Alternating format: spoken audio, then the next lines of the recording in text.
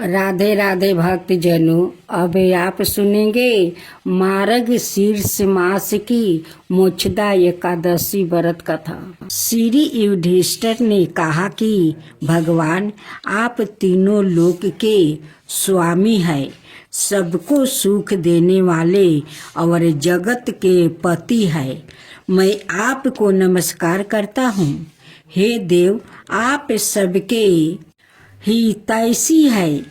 आप मेरे संशय को दूर करके मुझे बताइए कि मार्ग शीर्ष शुक्ल पक्ष एकादशी का क्या नाम है।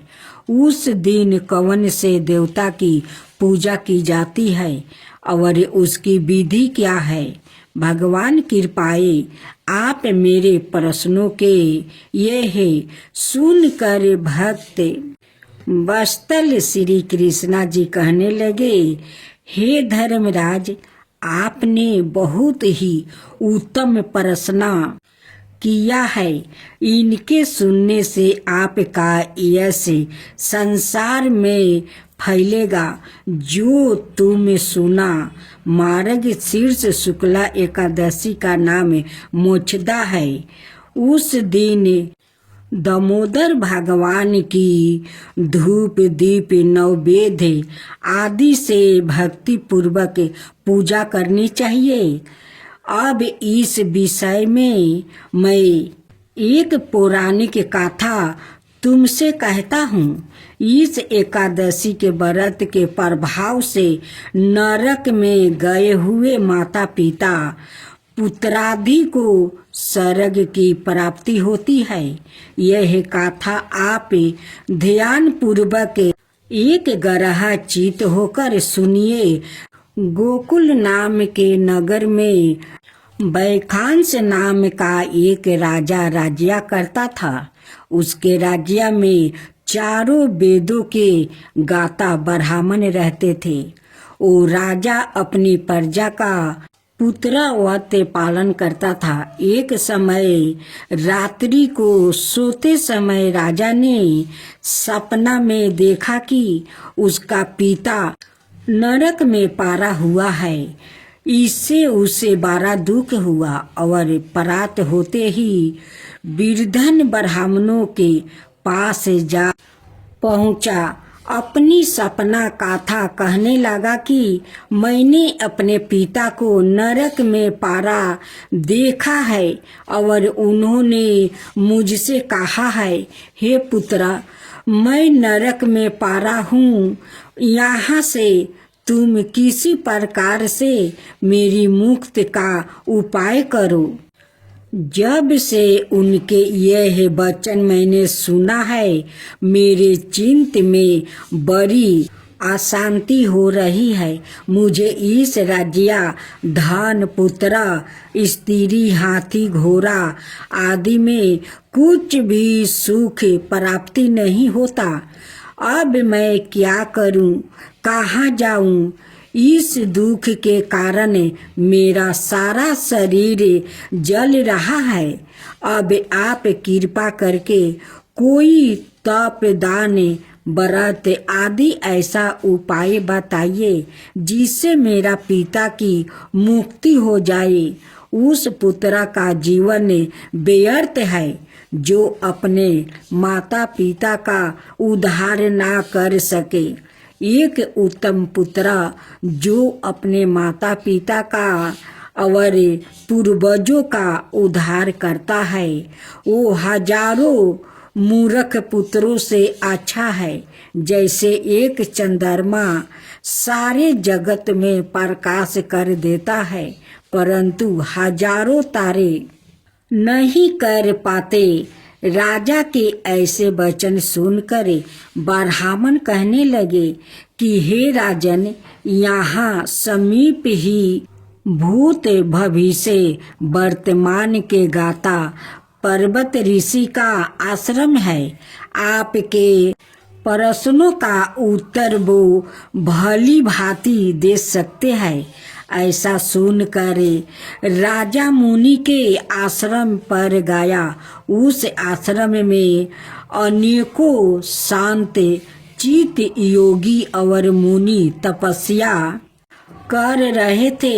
उसी जगह है चारों वेदों के गाता साक्षात बारहमा के समान पर्वत मुनि बैठे थे। राजा ने वहां जाकर उनको दंडवत प्रणाम किया। पर्वत मुनि ने राजा से संगोपांग कुशल पूछी। राजा ने कहा कि महाराज, आपकी कृपा से मेरे राज्य में सब कुशल है, परंतु आकमस्तक एक विघ्न आ गया है, जिसे मेरे चित्त में अत्यंत शांति हो रही है। ऐसा सुनकर पर्वत मुनि ने एक क्षण के लिए अपनी आंखें बंद की और भूत भविष्य को विचारने लगे। फिर बोले कि राजन, मैंने योग बल से तुम्हारे पिता के सब कुकर्मों को जान लिया है।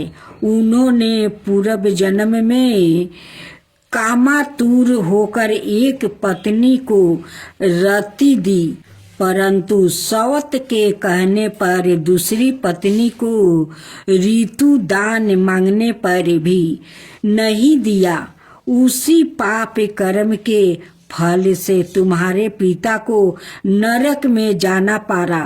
तब राजा बोला कि महात्मन, मेरे पिता के उद्धार के नियमित कोई उपाय बताइए।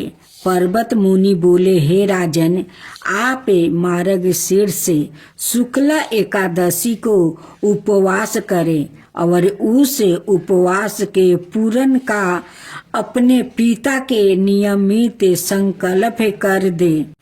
उस एकादशी के पुण्य के प्रभाव से अवश्य ही आपके पिता की मुक्ति होगी।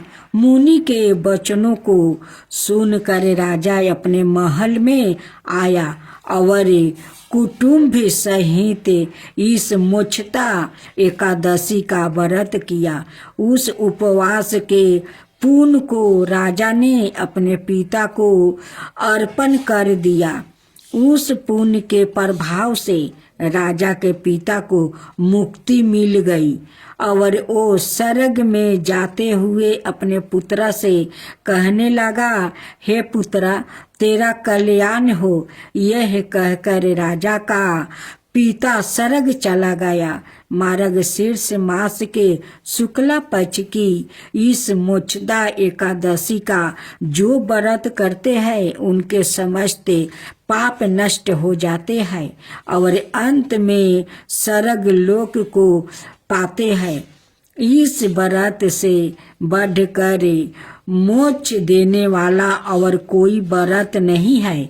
इस कथा को पढ़ने या सुनने से बजैपे जग का फल मिलता है। यह व्रत मोक्ष देने वाला और चिंतामणि के समान सब कामनाओं पूरी करने वाला है। राधे राधे भक्तजनों, आज आप सुनेंगे खूब सुंदर 11 माता का नई कहानी। एक गांव था। उस गांव में एक सुमन नाम की औरत रहती थी। उस औरत ने वो फूल का खेती करती थी और फूल वो गांव में बेचती थी। उस औरत का एक छोटा सा बेटा था। उस औरत ने सुबह उठकर खाना बना लेती है और अपना बेटा को भोजन करा देती है और कहती है कि बेटा, तुम यही घर पर खेलना, मैं खेती में जा रहा हूँ फूल तोड़ने। मुझे तो फूल बेचना गांव में जाना होगा। उस औरत ने फूल का खेती बाड़ी करती थी और उसी से अपना संसार चलाती थी। एक ब्राह्मण था जो छोटे छोटे बच्चों को ज्ञान देता था। उनके बहुत अच्छे संस्कार सिखाते थे और सभी बच्चा उस ब्राह्मण को पास जाकर और उनकी प्रवचन सुनते थे। एक दिन सुमन का बेटा खेलते खेलते वही पहुंच जाता है जहां सभी बच्चों ब्राह्मण से ज्ञान सुनते थे।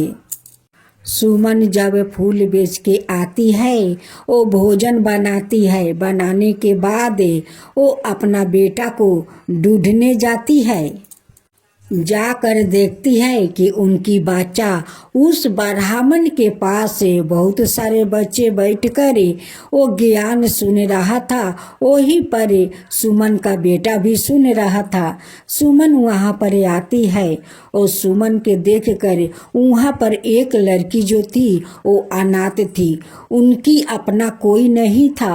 वो कभी अपना माता पिता को वो नहीं देखी और नहीं जानती थी वो कौन है, उनकी माता पिता कौन है, वो उनका कुछ भी ज्ञान नहीं था।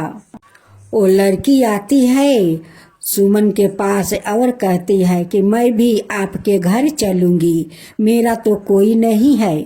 सुमन उस लड़की को लेकर अपना घर तो आती है, लेकिन अपना बेटा से ज़्यादा उस लड़की से प्यार नहीं करती है। उन्हें भोजन तो खिला देती है, लेकिन घर के अंदर बिस्तर पर सोने नहीं देती है। वो कहती है कि तुम बाहर एक चादर बिछाकर वहीं पर सो जाओ। अब उस लड़की भोजन करती है और बाहर एक चादर बिछाकर वो सो जाती है। एक दिन सुमन का बेटा और लड़की दोनों उस ब्राह्मण के पास आया ज्ञान सुनने। ब्राह्मण देव सभी बच्चों से कहते हैं कि देखो बच्चों, अपना अपना घर से जो तुम्हार समर्थ हो वही दक्षिणा मुझे ला कर दो। आज का दिन दान करना बहुत शुभ माना जाता है। आज एकादशी है और एकादशी के दिन सभी लोग अपना घर से दक्षिणा लेकर आते हैं और ब्राह्मण को दान देते हैं। तो बच्चों लोग अपने अपने माता पिता से जो समर्थ हो वही लाना और मुझे दान देना। सभी बच्चों अपने अपने घर जाते हैं और अपना अपना माँ से कहते हैं कि माँ आज तो एकादशी है। अब ब्राह्मण देव कहते थे कि सब बच्चों अपने अपने घर से जो समर्थ हो वही लाकर मुझे दान दो। आज एकादशी है माँ, आज ब्राह्मण देव को कुछ देना होगा। सभी माँ अपने अपने बच्चों को दक्षिणा देती है, कहती है कि ले जाओ जाओ ब्राह्मण देव को दे दो। वो लड़की जाकर कहती है कि माँ सभी बच्चों तो दक्षिणा लेकर जाते हैं, मुझे भी दीजिए, मैं भी ब्राह्मण देव को दक्षिणा दूंगी। कहती है सुमन कि मेरे पास अभी पैसा नहीं है, जा तू अपना माँ से मांग ले। कहती है कि मेरी माँ कहाँ है, मैं तो कभी माँ को देखा नहीं। कहती है कि जा उस जंगल में तेरे माँ है, अपना माँ से दक्षिणा मांग लेना।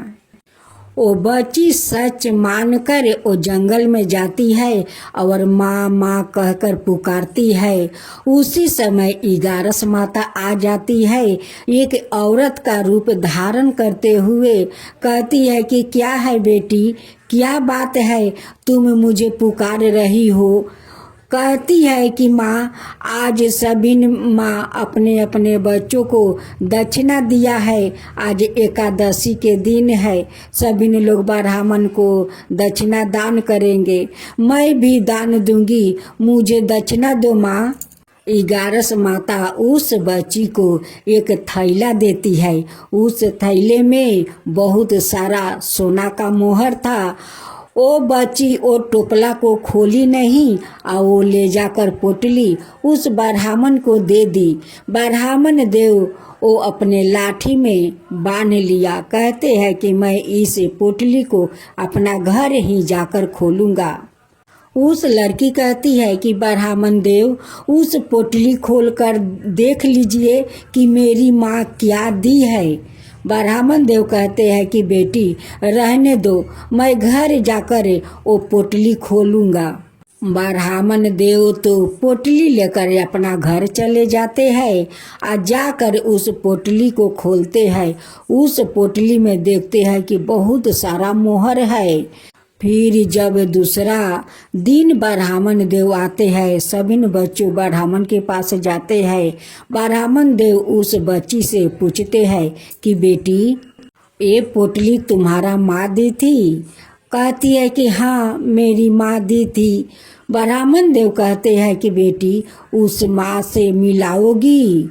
लड़की कहती है कि हाँ मैं अपना माँ से मिलाऊंगी। मेरी माँ घर में नहीं रहती है, मेरी माँ तो जंगल में रहती है, वन में। मैं वन में ले चलकर आपको मिलाऊंगी। ब्राह्मण देव उस लड़की के साथ जाते हैं और उस वन में जाकर वो माँ माँ कहकर पुकार रही थी। 11 माता फिर अपना रूप एक औरत को धारण किया, आया कर कहने लगी कि बेटी क्या बात है, तुम पुकार रही हो, क्या बात है कहो। कहती है कि माँ देखो ये ब्राह्मण देव आपसे मिलना चाहते हैं। ब्राह्मण देव तो देखते ही 11 माता को पहचान गया और जाकर उनकी पैर पर गिर पड़ा। गिर कर कहने लगे कि माँ आज मुझे मिल गया, माँ मुझे मिल गया, आपका दर्शन मिल गया माँ, आपका चरण मिल गया माँ, चरण मिल गया। आप धन है, आप धन है माँ कि एक अनाथ लड़की को आप माँ बनकर दर्शन दिया और उन्हें आप इतना सारा दक्षिणा दिया माँ। आप धन है माँ, आप धन है, आपको आज मेरा दर्शन हुआ है, दर्शन हुआ है माँ। ब्राह्मण देव उस बच्ची को लेकर सुमन के पास जाते हैं और सुमन से कहते हैं कि आप तो बहुत भाग्यशाली है, आपको तकदीर कितना अच्छा है कि इस लड़की आपका घर में आई है। इस लड़की को तो साक्षात 11 माता माँ का रूप धारण करते हुए आकर इस बच्ची को दर्शन दिया। उस माँ ने इस बच्ची को बहुत सारा मोहर दिया, एक पोटली बना कर।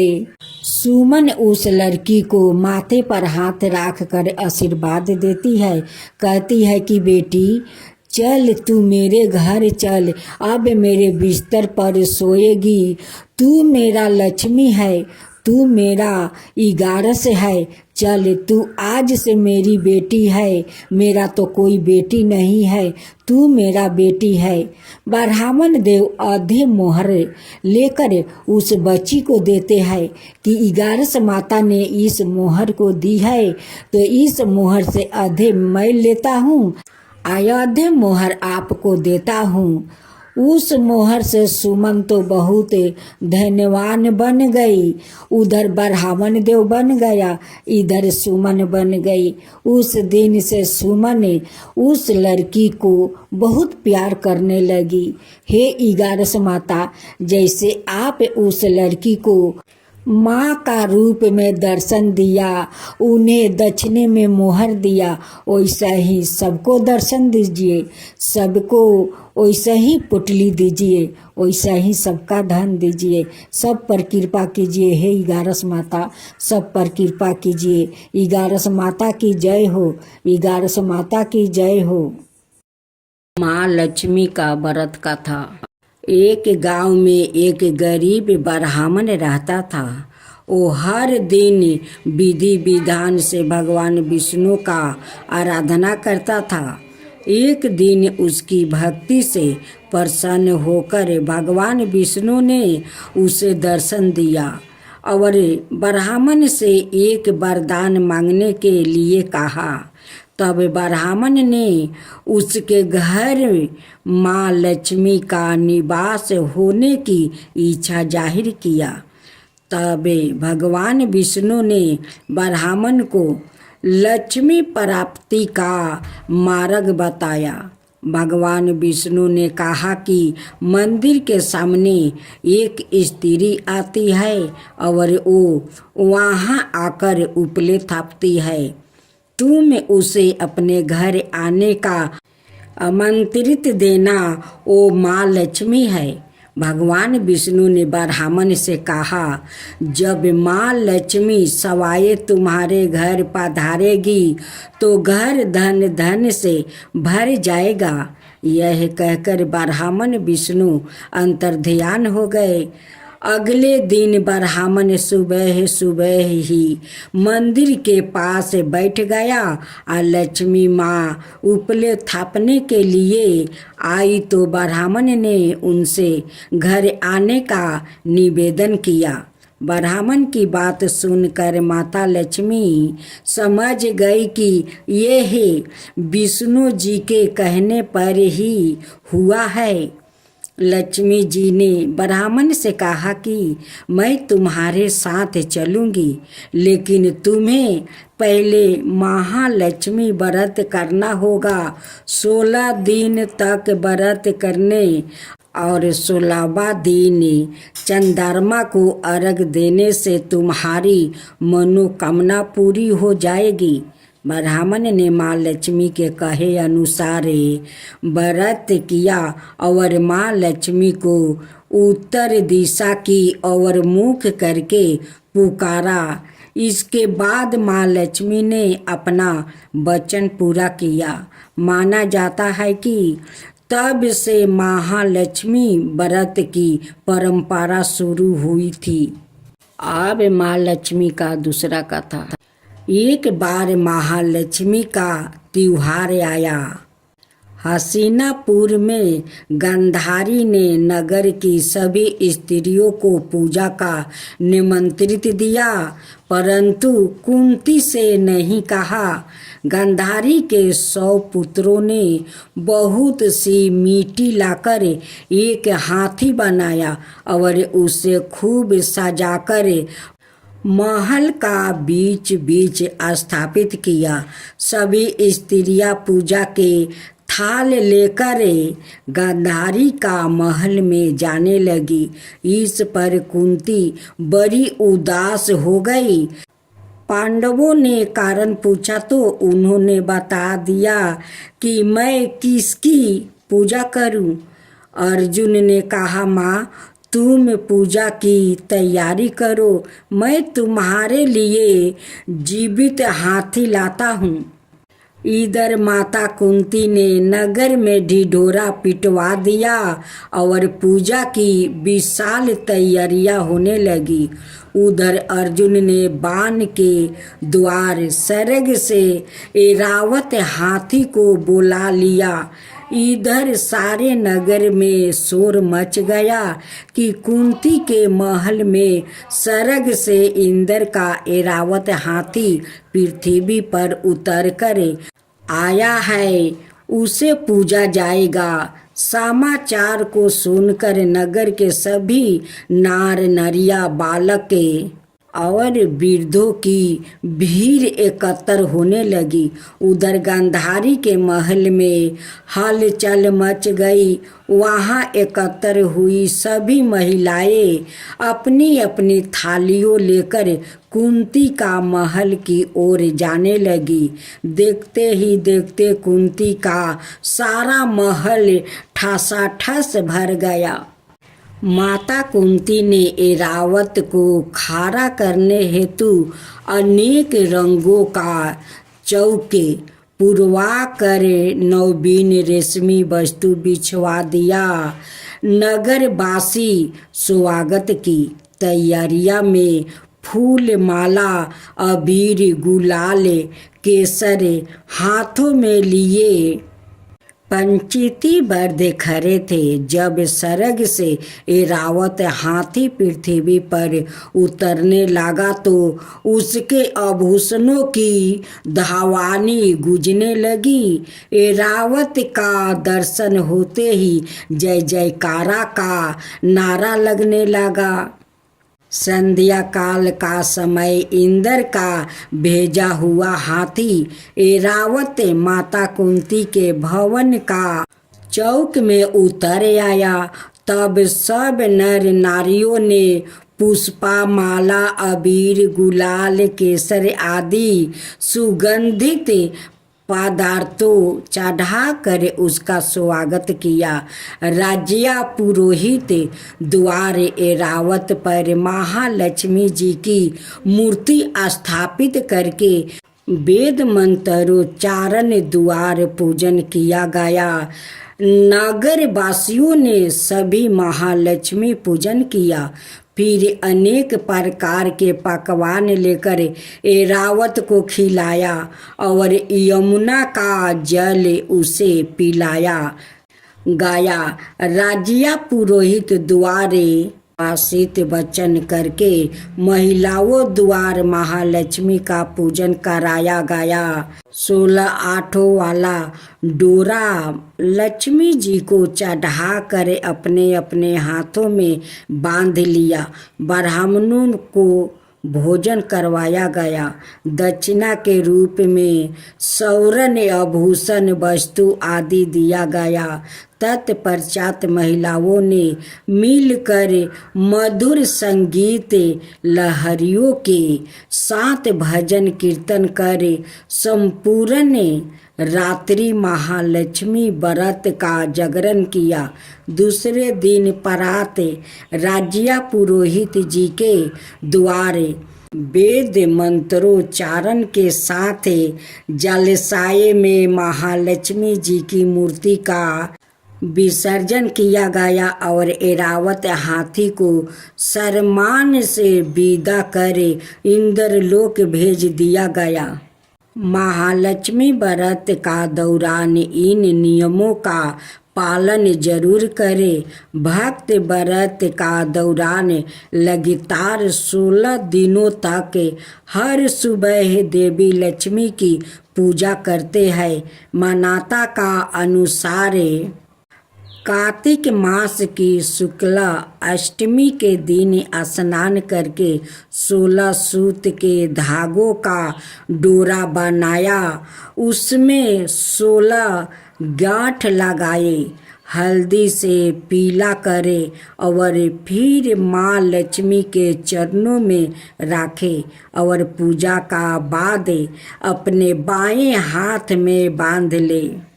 16 की संख्याएं में प्रसाद रखे। देवी लक्ष्मी की पूजा के बाद 16 दूबा घास को एक साथ बांधा जाता है। इसे पानी में डुबाकर शरीर पर छिड़का जाता है। पूजा के अंत में महालक्ष्मी व्रत गाथा का पाठ किया जाता है। यदि भक्त पूरे 16 दिन का उपवास नहीं रख सकते हैं तो शुरू के 3 व्रत या आखिरी के 3 व्रत भी रख सकते हैं, या फिर अष्टमी पूर्णिमा और फिर अष्टमी व्रत भी रख सकते हैं। इन 16 दिनों की अवधि के दौरान मांसाहारी और मासिक भोजन नहीं करते हैं। 16 दिनों तक ब्रह्मचर्या का पालन करें। झूठ फरेब चुगली आदि से बचे। दिन भर निराहार रहे और शाम के समय तारों को जल देकर फलहार खाए। व्रत के अंतिम दिन कलश की पूजा की जाती है। यह पानी कुछ सिक्कों और अक्षत से भरा होता है। कलश पर आम या पान के पत्तों रखे जाते हैं, जिसके ऊपर नारियल रखा जाता है। कलश पर चंदन, हल्दी का लेप और कुमकुम लगाया जाता है। कलश में नए कपड़े का एक टुकड़ा बांधा जाता है। पूजा स्थल के आसपास साफ सफाई रखें और घर भी गंदा ना होने दे है कि बड़ी नियम धर्म वाली बनती है। उन दोनों को उससे बहुत ईर्ष्या होती है, इसलिए वो दोनों तुलसी जी का गमला जी छुपा देती है। वो कन्या बड़ी मुश्किल से गमला ढूंढ कर लाती है, अच्छे से पूजा करती है और फिर खाना खाती है। वो गमला ढूंढ कर ले आती तो एक दिन तो उसकी जेठानियों ने क्या किया कि गमला ही दूर फेंक दिया। कन्या ने खूब ढूंढा पर उसे गमला नहीं मिला। वो बहुत ही परेशान हो गई। उस दिन तो उसने खाना भी नहीं खाया। उसका नियम जो था, उस कन्या की सच्ची भक्ति देखकर तुलसी माता उसे बहुत पसंद हो गई और उसके कमरे में तुलसी माता का गमला प्रकट हो गया। अगले दिन सुबह जब वो उठी तो क्या देखती है कि उसके खाट के चारों कोने पर तुलसी माता का गमला आ गया है। यह देखकर वो तो बहुत प्रसन्न हो गई कि मेरी तुलसी माता को कोई चुरा नहीं सकेगा। पूजा करने के लिए भी कहीं और जाना नहीं पड़ेगा और कोई मेरी तुलसी माता को फेंक भी नहीं सकेगा। वो तो जल्दी से उठकर स्नान करती है और तुलसी माता की पूजा कर लेती है। जब वो खाना खाने बैठी तो उसकी जेठानी मजाक करने लगी कि लो, देवरानी का नियम धर्म पूरा हो गया। उससे पूछती है कि तुलसी जी की पूजा कर ली क्या? देवरानी धीरे से बोलती है, हाँ कर ली। जेठानिया बोलती है, कहाँ से कर ली पूजा? गमला तो फेंक दिया था। देवरानी कहती है कि देख लो, मेरे कमरे में खाट पर तुलसी जी लग रही है। जेठानी बहुत शर्मिंदा हुई और बोली कि देवरानी, तेरी भक्ति सच्ची है। हमने तुझे बहुत परेशान कर दिया है, हमें माफ़ कर दे। देवरानी उन्हें माफ़ कर देती है। हम भी तुलसी माता जी से यही प्रार्थना करते हैं कि हे तुलसी माता, जैसी कृपा अपने देवरानी पर की, वैसे ही हम सब पर भी करना। दूसरी पथवा आप सुने लपसी तपसी की कथा। एक लपसी था, एक तपसी था। तपसी हमेशा भगवान की तपस्या में लीन रहता था। लपसी रोजाना सवा शेर की लपसी बनाकर भगवान का भोग लगाकर ही जी माता था। एक दिन दोनों झगड़ा करने लगा। तपसी बोला, मैं रोज भगवान की तपस्या करता हूँ, इसलिए मैं बारा हूँ। लपसी बोला, मैं रोज भगवान को सवा शेर लपसी का भोग लगाता हूँ, इसलिए मैं बारा हूँ। नारद जी वहाँ से गुजर रहे थे। दोनों को झगड़ता देखकर रुक गए और उनसे पूछा कि तुम क्यों लड़ रहे हो? तपसी ने खुद के बारा होने का कारण बताया और लपसी ने अपना कारण बताया। नारद जी बोले, तुम्हारा फैसला मैं कर दूंगा। दूसरे दिन लपसी और तपसी नहाकर अपनी रोज की तरह भक्ति करने आए तो नारद जी ने छुप करके 1.25 करोड़ की एक अंगूठी उन दोनों के आगे रख दिया। तपसी की नज़र जब अंगूठी पर पड़ी तो उसने चुपचाप अंगूठी उठाकर अपने नीचे दबा लिया। लपसी की नज़र अंगूठी पर पड़ी लेकिन उसने ध्यान नहीं दिया। भगवान को भोग लगाकर लपसी खाने लगा। नारद जी ने सामने आए तो दोनों से पूछा कि कौन बारा है? तो नारद जी ने तपसी से खारा होने को कहा। वो खारा हुआ तो उसके नीचे दबी अंगूठी दिखाई पड़ी। नारद जी ने तपसी से कहा, तपस्या करने के बाद भी तुम्हारा चोरी करने की आदत नहीं गई, इसलिए लपसी बारा है। तुम्हें तुम्हारी तपस्या का कोई फल भी नहीं मिलेगा। तपस्वी शर्मिंदा होकर माफ़ी मांगने लगा। उसने नारद जी से पूछा, मुझे मेरी तपस्या का फल कैसे मिलेगा? नारद जी ने कहा, यदि कोई गाय और कुत्ते की रोटी नहीं बनाएगा तो फल तुम्हें मिलेगा। यदि कोई ब्राह्मण को जिमा कर दक्षिणा नहीं देगा तो फल तुझे मिलेगा। यदि कोई साड़ी का साथ ब्लाउज नहीं देगा तो फल तुझे मिलेगा। यदि कोई दिए से दिए नहीं जलाएगा तो फल तुझे मिलेगा। यदि कोई सारी कहानी सुने लेकिन तुम्हारी कहानी नहीं सुने तो फल तुझे मिलेगा। उसी दिन से हर व्रत कथा कहानी के साथ लपसी तपसी की कहानी भी सुनी और कही जाती है।